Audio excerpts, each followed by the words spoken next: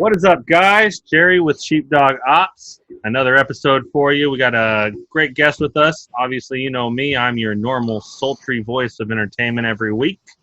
As we normally do with my co-host here, Mike. How you doing?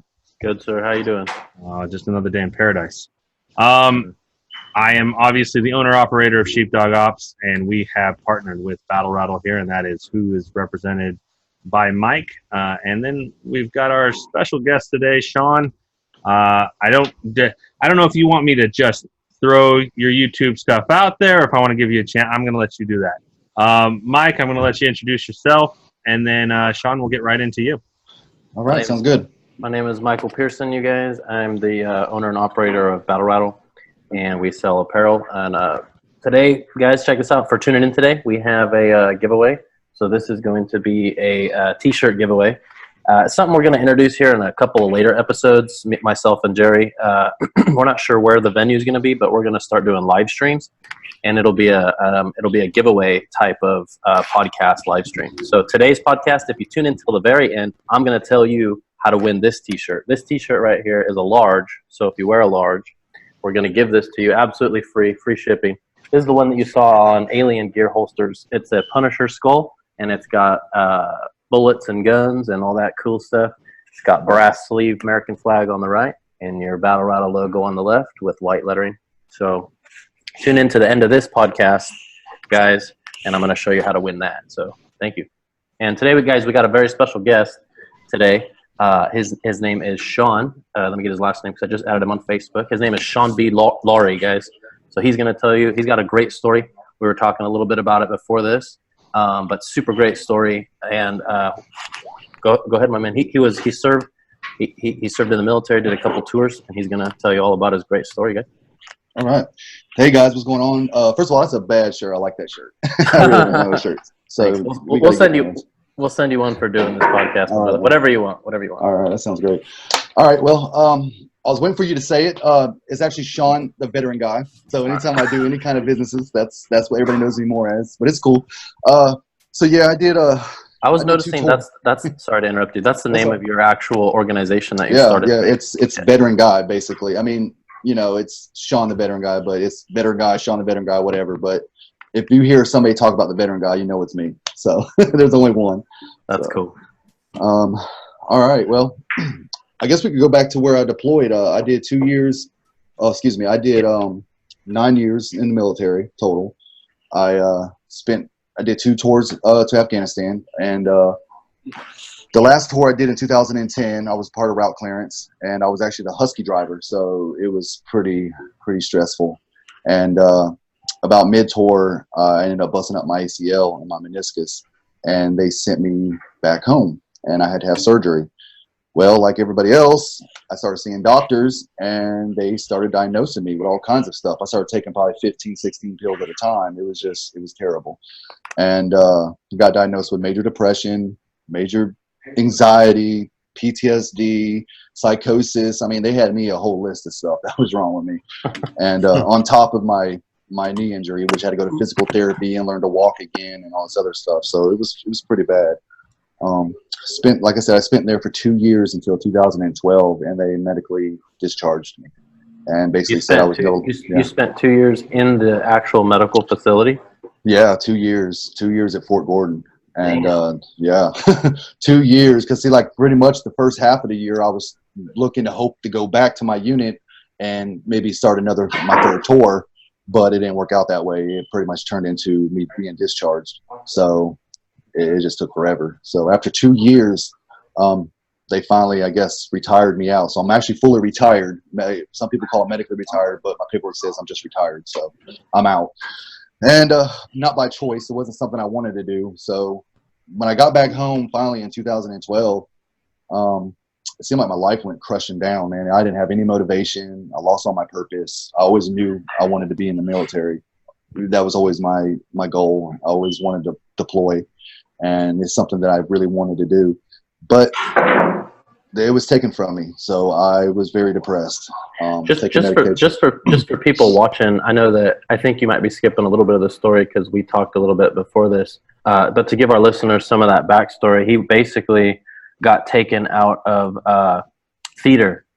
Yeah. So he was on the mobilization, second mobilization in Afghanistan, doing a original MOS or yeah, original MOS 12. We were doing a route clearance mission, and I was actually in the MRAP, and I jumped out of it during a combat mission, and once I landed wrong, I fell down, and that's when I completely busted my ACL in half. So it was already hurt. It was already messed up. But but I'm just trying to give some of that backstory. So, but what he told me was you were just doing a regular day training. You had busted it doing some training and just went through, tried to fight that pain like we all do because you were afraid they'd say, all the way back. When let's go back to the beginning.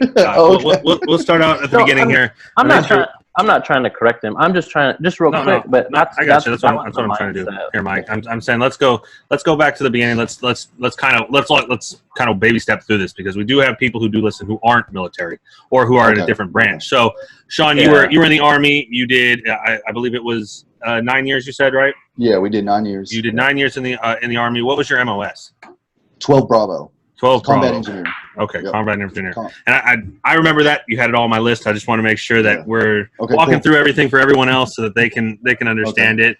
And in those 9 years, you did 2 tours, which is better than I ever got to do. I got injured right before my first opportunity to deploy, so I got stuck stateside the entire time, and in New Mexico of all terrible places. Man. Yeah, so that does suck. Absolutely. So, what was part of the reason of joining? Because obviously, we want to go back. We want to get to know who you are and give the people a little bit about you. So, all right. Well, I'll give you some really backstory. My dad, he was military. He did 21 years in the military. So I was also a military brat. Me and my brother. It was just me and my brother, and we traveled. I lived 9 years in my life in Germany. So, yeah. Coming back to the States was pretty cool. So being a military brat, seeing it all my life, it wasn't exactly when I got to like 18, 19, like most guys, I was actually really didn't care about it, to be honest, because my dad, I seen it all the time. But to be honest with you, 9/11 happened. And that's when that's my whole perspective changed. I hit a really low point in my life, and I just knew that joining would be the greatest thing to do. I chose the National Guard because it was Army. I knew we could do state and federal, but at the same time, I had 3 other kids. I had 3 kids at the time, and I didn't want to have to leave them, all the time. And so I thought by joining the National Guard, I wouldn't be leaving a lot, but I was definitely mistaken about that. But that's the reason I joined, really, because I just wanted to serve my country, and I wanted to do what I wanted to do my part. I love our country, and that's exactly what I wanted to do, and I wanted to better myself. And so I joined in 2004, went to Fort Leonard Wood, and got out in 2005, and that's when I started. 2007, I went on my first deployment to Afghanistan and came back. Everything was good, did whatever. And 2010, I deployed again to Afghanistan.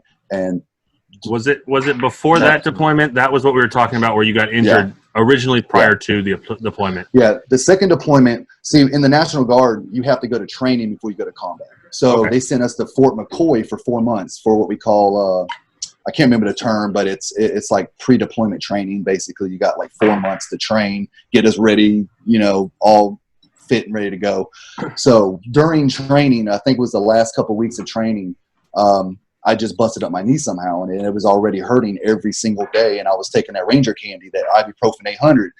Y'all know what that's about. Shoot. So I was just feeding myself those ibuprofen. Yeah. And just moved on. I did end up going to a doctor a couple times. So it was written down to show that my knee was hurting, but I never had an MRI or x-ray. They just said, here, take this. And I said, okay, cool. And I pushed through. And so, like I said, about 6 months into the deployment, never really had an issue with it until I jumped off that vehicle. And then when I did, it felt like my knee I heard a pop, it was a snap, it was done. They literally had to carry me off of the field because I couldn't walk anymore. My knee has swole up so big, it was almost like a cantaloupe. It was bad. It was bad. And I think that kind of leads into this is where we're getting into it, because obviously you have your military story, which I think is incredible. And I know we wanted to briefly skim over that because this leads to the big stuff that you're trying to do now, and kind of your story that leads to the even bigger stuff that comes along with some of the Facebook page and the YouTube stuff and the stuff that we're going to yeah. get into later on here. Definitely. And that would be, this is going to be the harder part for you guys to listen to because it's real. We've had a couple vets on here that we've had the opportunity to speak to and then give us their real story about what's happening or what happened in their life to lead them to where they are. And I think this is going to be incredible. It really is, because I know a lot of people can relate to this, and that's where we get into this post military, let's say, the funk. Yeah. As we all kind of do when we got Yeah. out and dealt with it. So, Shawn, without further ado, if you can go into what happened after those 2 years at in the medical. Okay. unit. All right. So after the 2 years of Fort Gordon, finally retired. Everything was done. I would think I was getting like 70% at the time with the VA, so that wasn't even like, that's like $1,500 a month. I don't know. It's crazy. You're not making any money. Trying to find a job. I'm already depressed to death. I mean, I'm miserable. I had no job.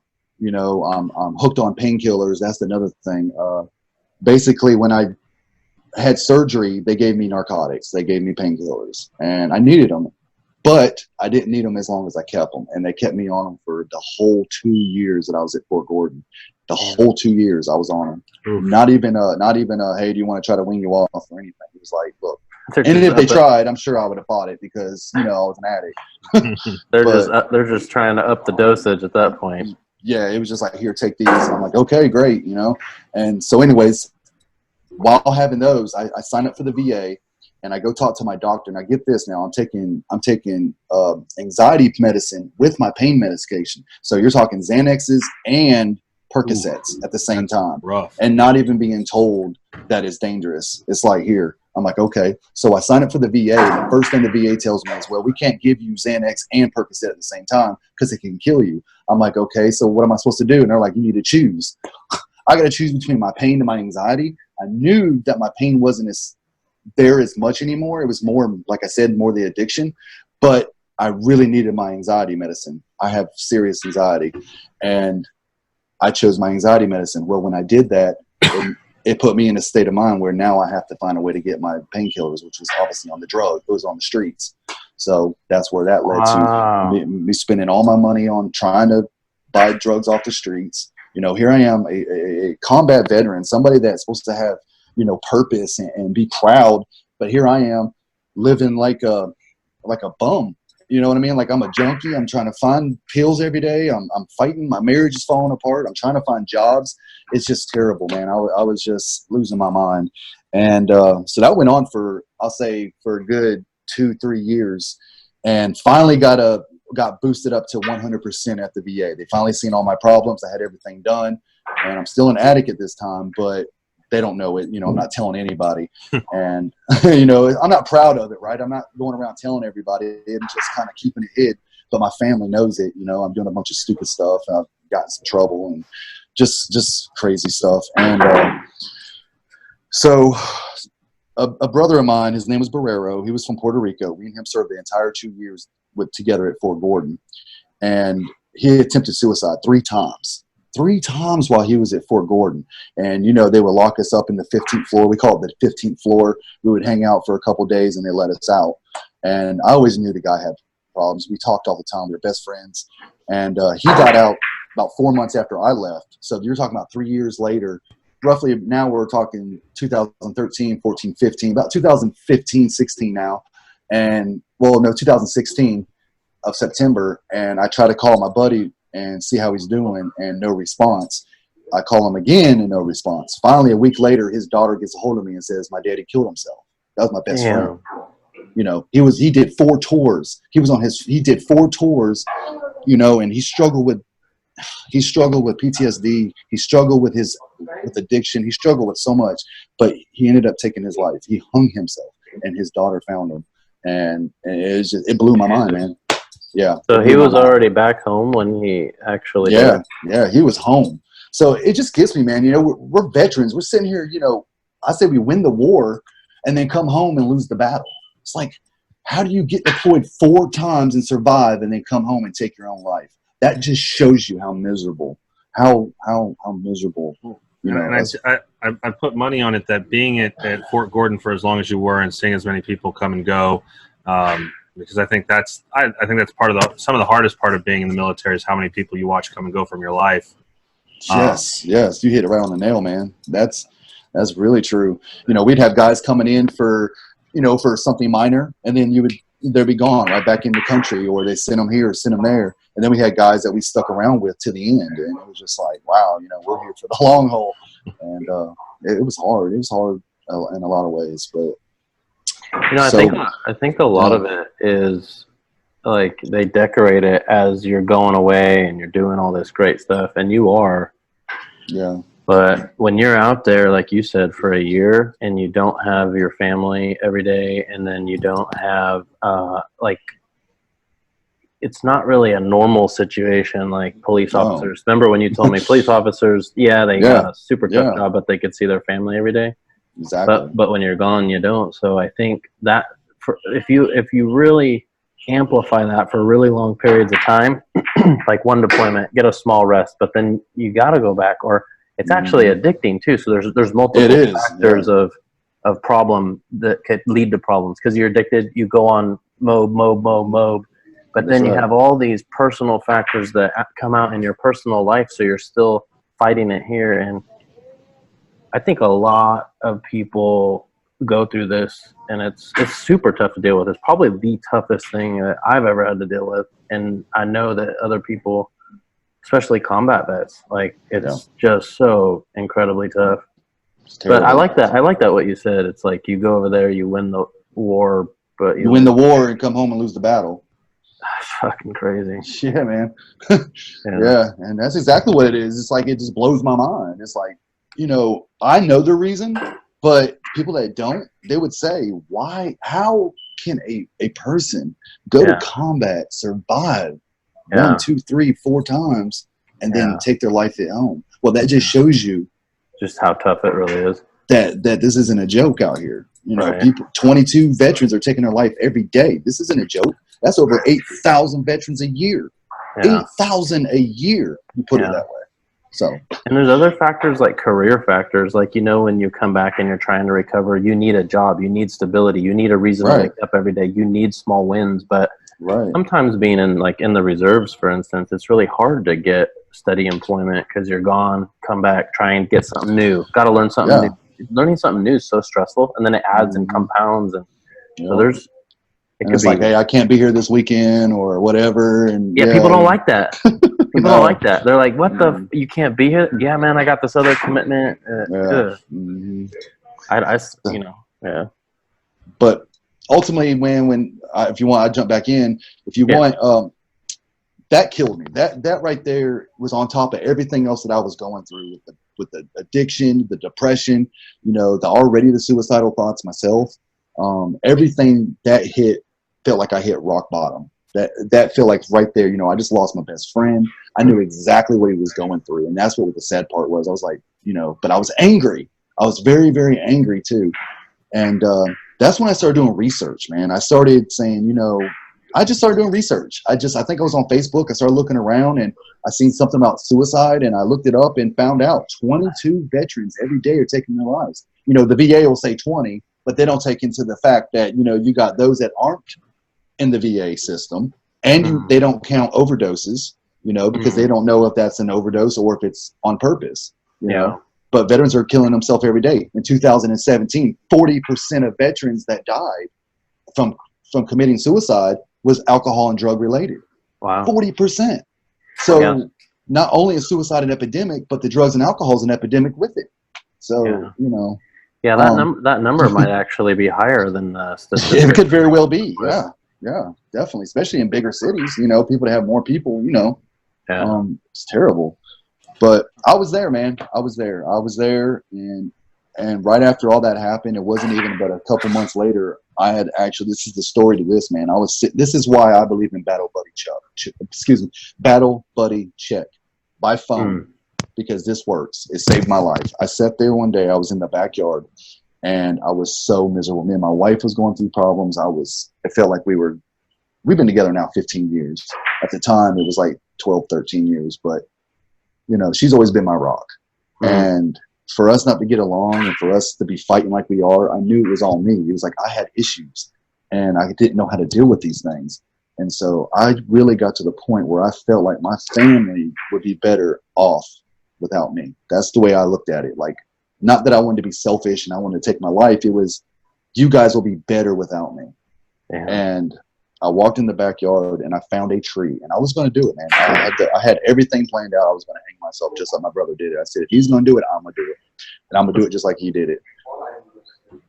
And before I could even really begin to start doing this stuff, my phone started blowing up. And it was a guy that I had been talking to. He was a veteran. He kept calling me. And I was like, oh my God, like, I don't even want to answer him right now. You know how we are, right? We're like, I don't want to talk to anybody. We isolate ourselves, we shut down, and I'm focused on what I'm trying to do. And he just kept calling, and something told me to answer. So I did. I answered the phone, and guess what? We started talking for like an hour, and I felt better. And I felt better, like it passed. I was like, man, I'm good. It just, something hit me, and I was just like, was he hurting? Was he hurting though? He called because he said that he had a bad feeling about me. That he had a bad feeling about you? About me. Oh, yeah. So something like kept telling him that like he just wanted to check on me. That's funny. That actually happened to me just now, and I just texted a guy back as you're talking about this. This is how real this is, because we're going on annual training on Saturday, and it's a little stressful getting geared up because you're used to sleeping and doing nothing. And I gotta adjust. I gotta flip my switch and get ready to go.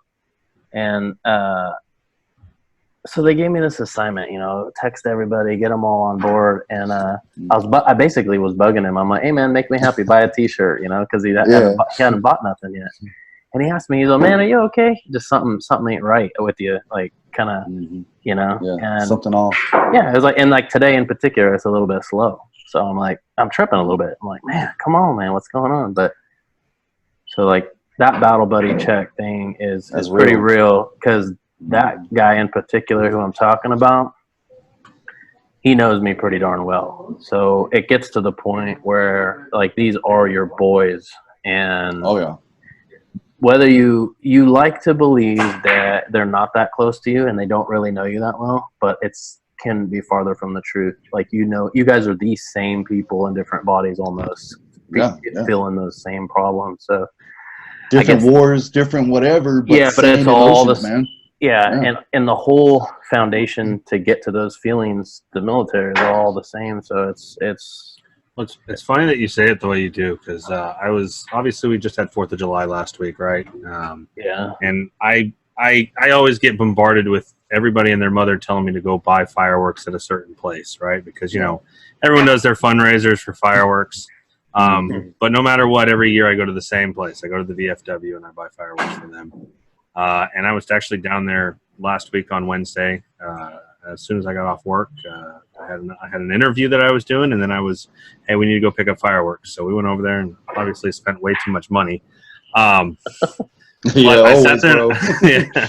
So I'm sitting there and I'm talking to some of these old vets, and you kind of look into their eyes and you realize how much they needed to talk just to bullshit about something. You hit that, man. And I'm sitting to these aren't like your normal everyday, like me and you. We're all vets here, but we're still we're still in the same age bracket. I'm talking Vietnam vets. I'm talking about the 90s vets from Desert Storm and stuff like this, and I'm sitting here having a conversation with them.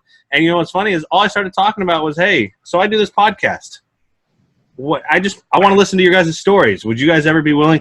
We'll be calling you. We'll be calling you next week. We want to get as many people on there talking and bullshit. And I'm like, let's do a big event. Let's do a panel interview. Let's do whatever you guys want to do, because you see the light in their face just glow when they realize that people want to hear this. They want to hear about this, and they need it almost as much as we want it. And it's crazy how you're talking about the battle buddy check and stuff like that. Obviously, we're a little bit different on the Air Force side, because we don't have battle buddies, but we got our airman checks and stuff like that. And so I just it's crazy. The concept runs all the way across the board the same. So it's kind of like what decade. The thing is, the basics. They always tell you the basics kind of is what works. Like. And you could really take that a really long way, like the basic battle buddy check. That's like your main thing when you join basic training. You can't go nowhere unless you're with somebody, right? But you could even really take that concept into much farther things. Like most of the designs that we sell, it's always the most simplistic things that a lot of people can identify with. A lot of times, like people identify with the most simplest things because you don't even really want to think that you really are that simple. But our bodies are dealing with so much stuff, like that simple check on a person, or the simplicity in some of the things that you talk about, or how things are presented. I think that could go a long way.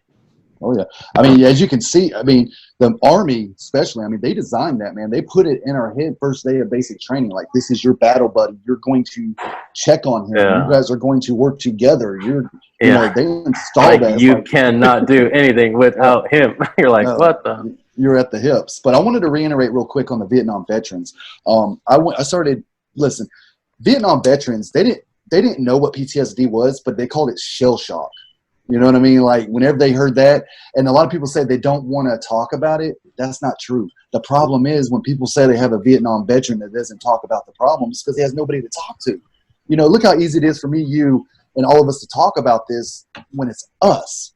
Mm-hmm. But now you throw a civilian in there, then things get a little bit different. Now we're kind of we're not saying as much. They don't understand. They could relate, but it's a different. It's like a different. It's like a different wavelength almost. Right. Like Well, the mindset's completely different. And this is some of the stuff that we hit on. And we were talking about this beforehand. We're talking about this mindset between military guys and talking about the mindset of first responders. We're all in that sheepdog bracket. We're all in this. We're willing to protect everyone that's around us. And that's really what drives what we're doing here. That's right.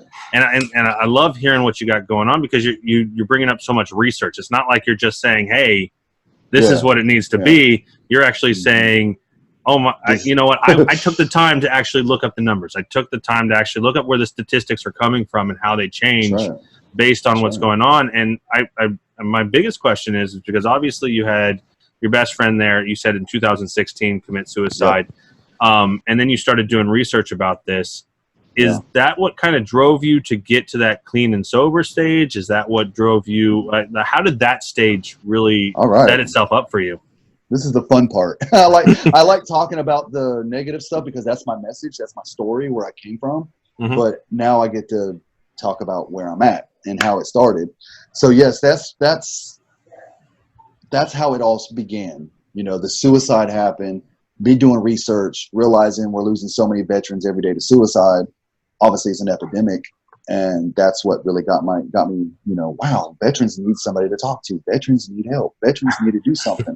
So I started creating over and over and over. You know, it was like, we need help. So, yeah, we need help. And the VA is just saying, here, pills. And it's like, dude, I'm fighting to get off of these things. But, you know, so I'm still heavy in addiction at this time. And what I do is I've already been on Facebook since like 2009, but I'm not doing anything productive, right? So 2016, I started saying, you know what if I created a Facebook group where veterans can come together and we can just all talk and BS and just, you know, a veteran go and just vent. And so I created a group called Vet Life for Life. And originally I wanted it just for veterans, but of course it didn't turn that way because I had so many patriotic friends and so many people that are supporters. They're like, oh, can I join? I'm like, sure, come on in. You know, and doing more research and realizing how many female veterans that struggle with PTSD, not even from combat. You know, it blew my mind when I realized 80% of female veterans that struggle with PTSD is because of sexual trauma. Like, Jesus, you know, women are being raped in the military. That's real deal stuff. And so, you know, I had to bring everybody in with all kinds of problems.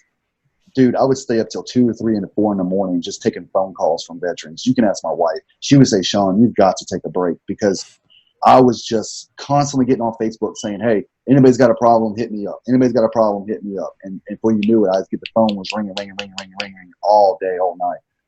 And I started building a team.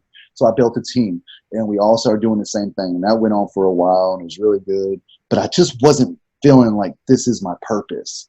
And so I created another Facebook group. It's called Veterans Finding Purpose in Recovery.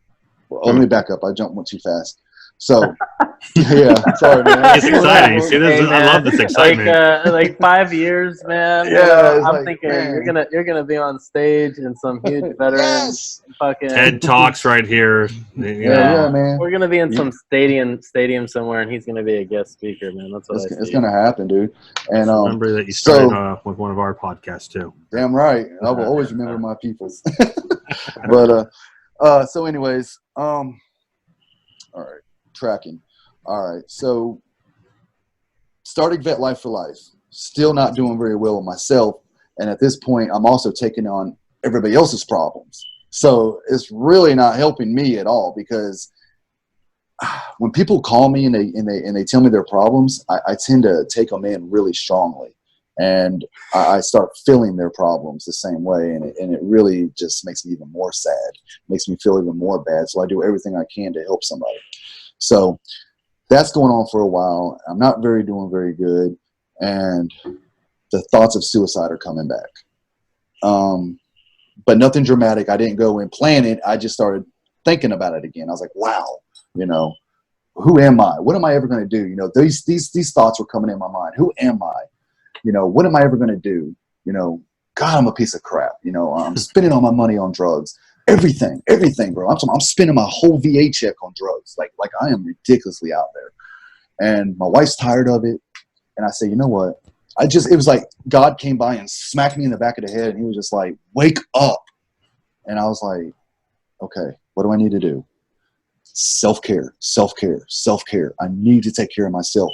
I cannot even help these veterans if I don't help myself first. Like, that's what I need to do. And so I said, you know what? No matter what it's going to take, I was so ashamed. I was so embarrassed, but I told my wife, I said, baby, I need help. She said, I know, Shawn. I was like, I need help. Like, she knows this. I'm being stupid. Like, she doesn't, but she does. And because I'm trying to hide everything, but I can't say that I'm very well spending, thousands of dollars on marijuana. That's not happening.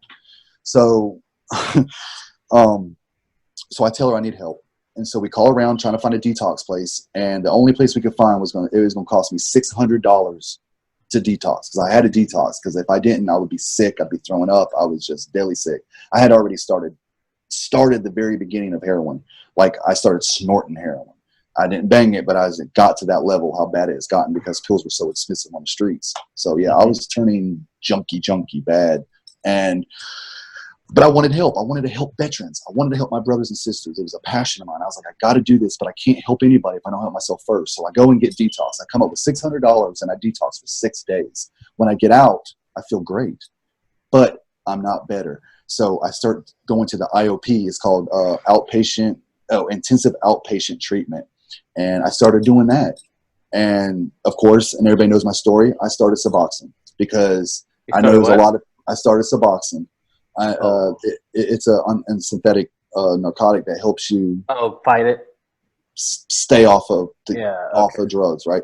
There's a lot of discussions, man. I've went live on Facebook about it, and I had this group saying it was, why put one down for another, and then had these people over here say, wow, if it helps, just do it. And I'm here to say, if you're strong-minded and you're willpowered and you want to stay clean, you can do Suboxone to keep you clean and stay off the drugs. That's a fact. But anyways, I did that. I pushed myself every day. I started helping veterans constantly. I was still doing my work. I was staying clean. Here I am 18 months later. Yesterday was my 18th month date of clean and sober. Haven't had any drugs, any alcohol.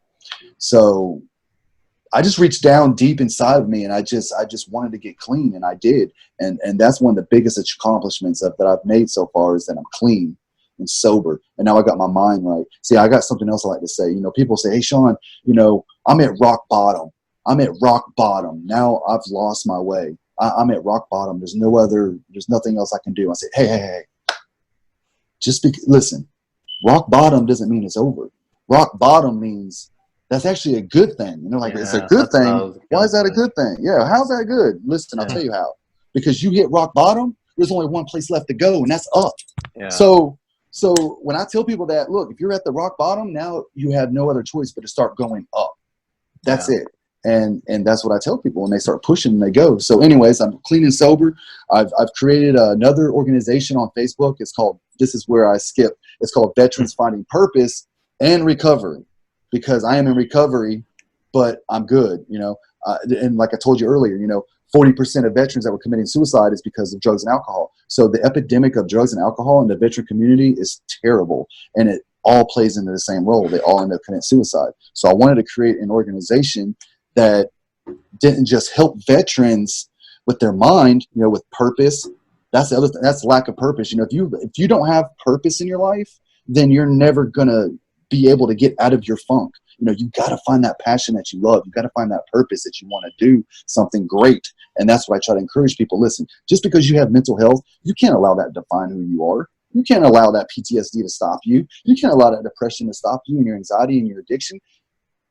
Dig deep, fight the cravings, fight what you have to do, and just be great and work on you. And so I try to teach people these things. And so I created and developed an organization that was supposed to be a nonprofit, but I haven't quite gotten to that level yet, because I'm at a stage in my life where I went to DC and I spoke in front of 600 people at a rally, and that opened up the doors. And I was like, wow, these people are cheering me on. They really think I'm doing well. So I did that. Started making live videos, started making inspiration videos. People were just like, you know, 3,000 to 4,000 views, telling me I was doing great. All the messages of people saying I'm saving their lives. I'm like, oh my God, is this real? And it's really happening. So then there was this organization called Save 22 Veterans. And I backed up just a little bit. I created an event myself. I said, you know what? I have a slogan I showed you guys earlier with the picture with my face in the microphone. I have a slogan that I say. It's called, don't just talk about it, be about it. Mm-hmm. Don't just talk about it, be about it. So what that means is we can get on Facebook or here or anywhere you want and talk all day long, but until we start making action happen, until we start doing something to make change, nothing's going to change. We can talk all day, but I want to see some real action. So that's what I'm about. And so I said, you know what? I want to create an event. I want to do a 22K. And I created a 22K in my city. And I had people from all over the country that came down and joined this 22K ruck march. I created a ruck march, and we did 22K in honor, you know, in trying to prevent veteran suicide, raising awareness. So I did that. That was great.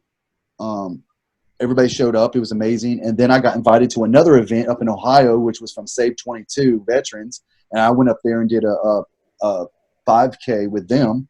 I saw that hat on you right now on your yeah. That's a dope hat. Yeah, man. They gave me that hat and everything, and I went up there and I was a guest speaker. And now I'm a guest speaker in Columbia on the 27th. I'm going to another, I think it's a 3K. It's for Palmetto Patriot Project. I'm a guest speaker. Then I've been a guest speaker for a wedding that's coming up. I've done tons of podcasts. You guys invited me. It's just life is turning around, and it's all happening because I started believing in myself, and I started telling myself that, listen, I'm not going to allow my problems to define who I am, and I'm going to push hard, and obviously I have a message, and I'm going to put it out there. So, boom, there you go, man. That's the story from zero to hero. And I don't mean it like I'm a hero, okay? I know some people can look at it like, oh, he's not a hero. No, I'm not a hero. I'm just saying, in my civilian life as a veteran, I'm a hero to myself. I'm a hero to myself because I was a junkie. I was a veteran. I was a military guy. I was a veteran, a junkie. Now I'm back to where I'm supposed to be at, making a difference in this country and saving lives daily. And that's my purpose. Yeah, I like that, man. I think. I hope you caught it, man. I'm sorry I was going a little fast. No. We caught. I'm pretty positive we caught all of it. It's just the energy alone from you talking. It just pumps me up with what we're trying to do here. We're not trying to do anything more than what you're trying to do, other than believe in what we're doing. What was that? Do you feel like I might have motivated you guys? Like motivated you? I like think you feel a little energy boost? I think your energy is. I think your energy is incredible. Okay, challenge that's what is motivating is your energy. Right. It's not necessarily like because a lot of the things you said people have said before, but I really like how I'm doing it, how I say it, how the energy comes out. I like how fast you are and how energetic you are. I think cool. I think the fact that you can keep it up is incredible. Yeah, don't kill yourself on that, keeping it up. Yeah. No, I don't worry about it, man. It just flows. I've said the story so many And times. It's really almost coming second nature too, as well. I think in the future that would just single-handedly make you super successful, and anybody who does this to be super successful is like, you know, that when you get to motivate or you come on this, that makes you feel really good for the day. You got accomplished. You got another source of outlet on there. So getting up every morning and getting excited about something and then accomplishing that goal, and having something to actually get you up and know that you could do it that day. Because sometimes people might have this huge goal, like, well, if I'm not at a stadium in front of 15,000, I'm a loser. Right. That's not the right way to look at it. I think the right way to train your brain is, wow, I had a successful Sheepdog Ops podcast today. Yes. I had a super successful meeting with my wife after that, and I was so pumped, and I hung out with my kids. Like, those super small things is what will change your life. Yes, man. I love it. It's the small things that'll create into big things, man. Right. And then before you know it, it's not like you could see that big thing. No, you can't. But that's the biggest thing that we try to strive for on here is it's not about reaching the masses. It's about the message you're putting one out person. there. As long as one person hears it and they think anything differently than what they were thinking before they heard it, I feel like it's a success. As long as you have that one person that it reaches, you've already done your job, because that was the one person who needed to hear it. I could have 100,000 views. I could have one view. As long as one person is reached and is changed, can do something different or better, or heck, they might even turn it down a little bit if they need to. That's why you guys are going to be successful in this, because you're looking at it like that. You know, that is true. Just saving one veteran a day, just saving one life is all that matters. You know, you're saving a life and you've done your job. I mean, you've done something. You made a difference. So. And that is true, because we've had days like that where, oh man, today nobody really watched it, or when we first started, nobody really listened. But it always led to a next guest, and it always led to a next win, and it always led to a something next, and it's good. And then the other thing I'd say is, you know, when people have a lot, when they're at rock bottom, it's good because you could go up. The other mistake a lot of people make is they know they're broken, or they're broken at some point, or there's a lot of things in their life that are broken, or it's not working. But basically, you just got to bundle all that up, put it together, and like just get rid of that. You know the two letters inside broken, right? Which one? What is it? Okay, the word broken. The two letters that are in the middle.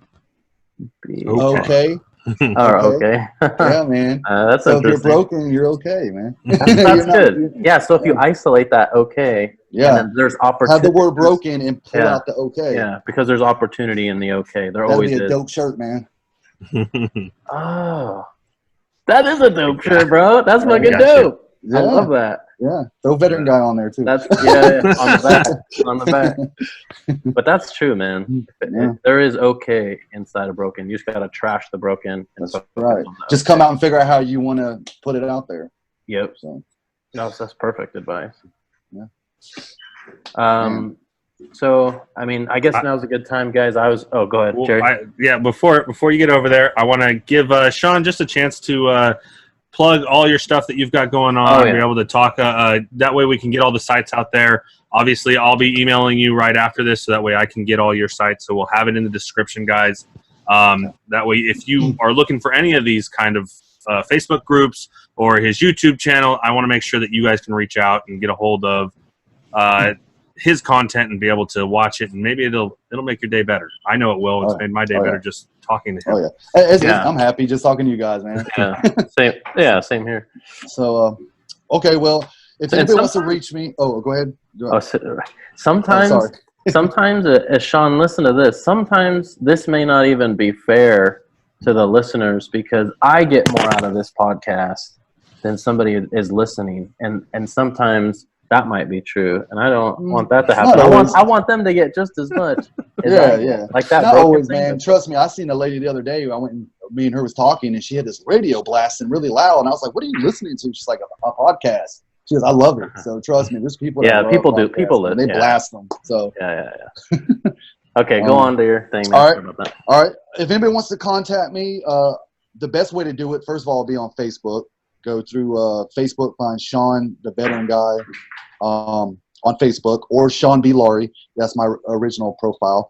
If you want to go to my website, which is in the works because there's some things I haven't talked about that I'll go ahead and say that I am doing.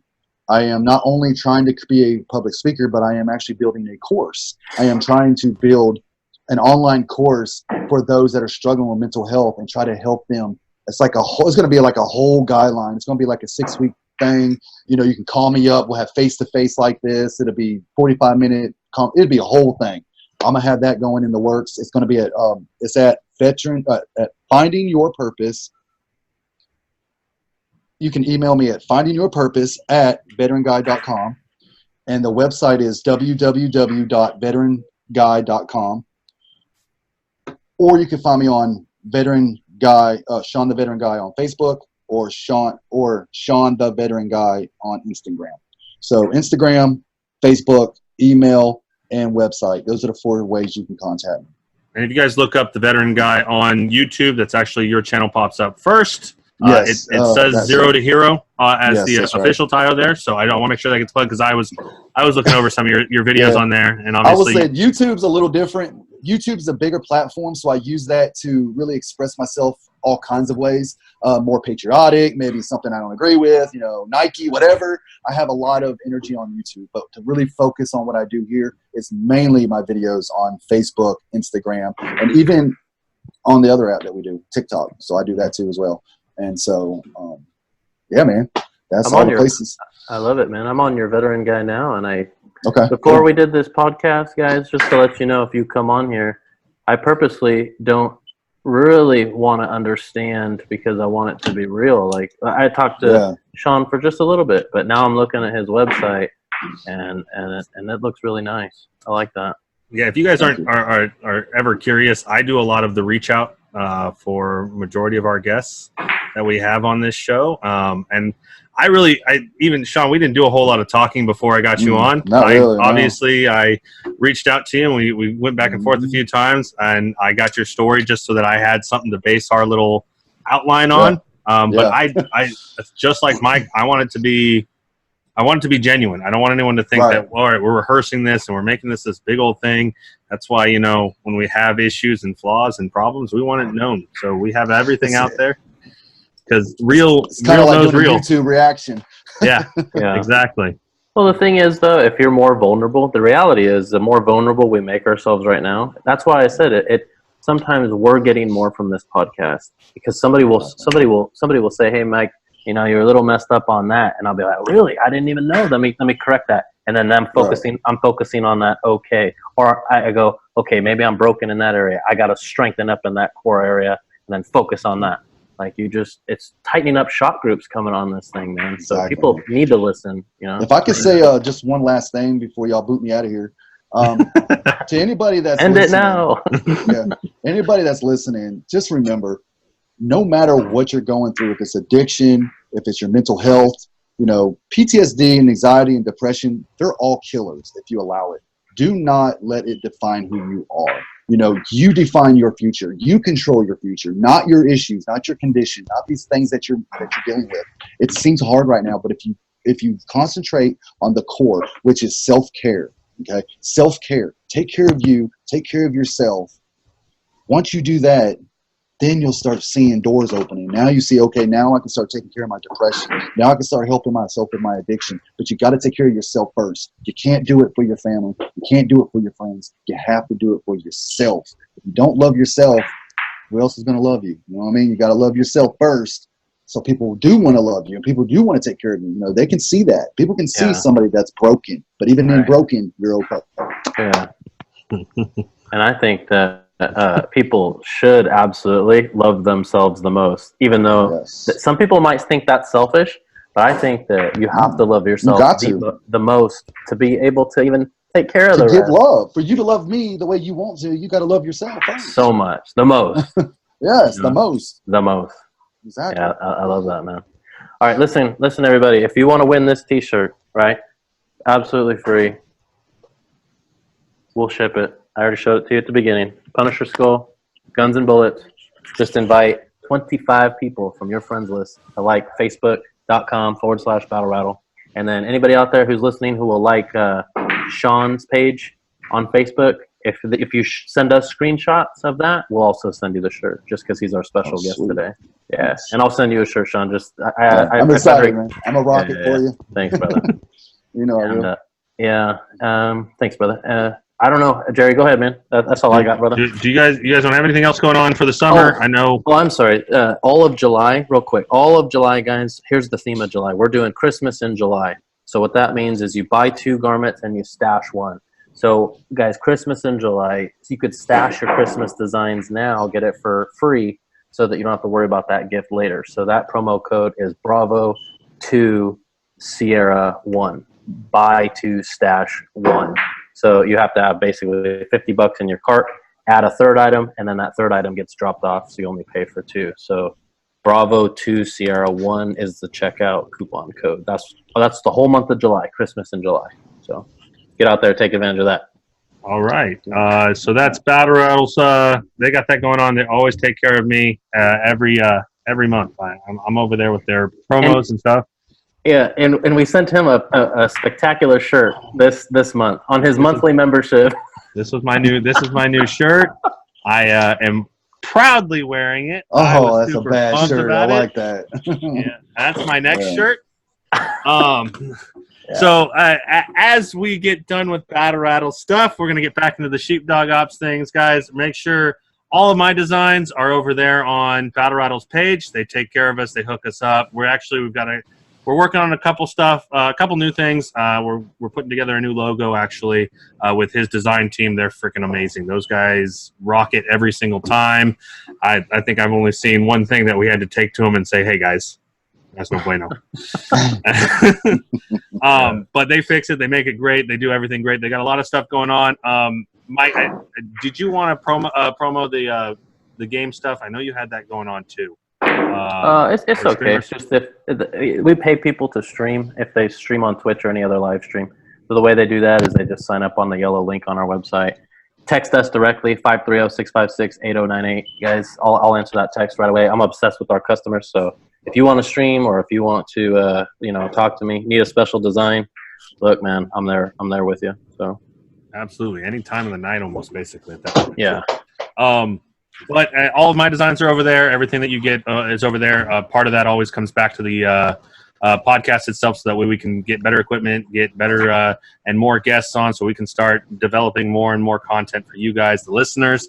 Other than that, if you guys want to donate to the podcast itself, we are on Anchor FM. That is our official donation location. We have a subscription set up there too. You can go to Patreon. It's Sheepdog Ops on Patreon. Obviously, you can come to the YouTube channel, check us out. Any emails or concerns with that stuff, let us know. It's sheepdogmindset@gmail.com. I think that I've hit all the points that I needed to hit here. Shawn, I wanted to thank you a whole bunch for being on, my man. I appreciate you taking the time and let me reach out to you and bring you on to this. We'll definitely get you hooked up and taken care of. Yeah.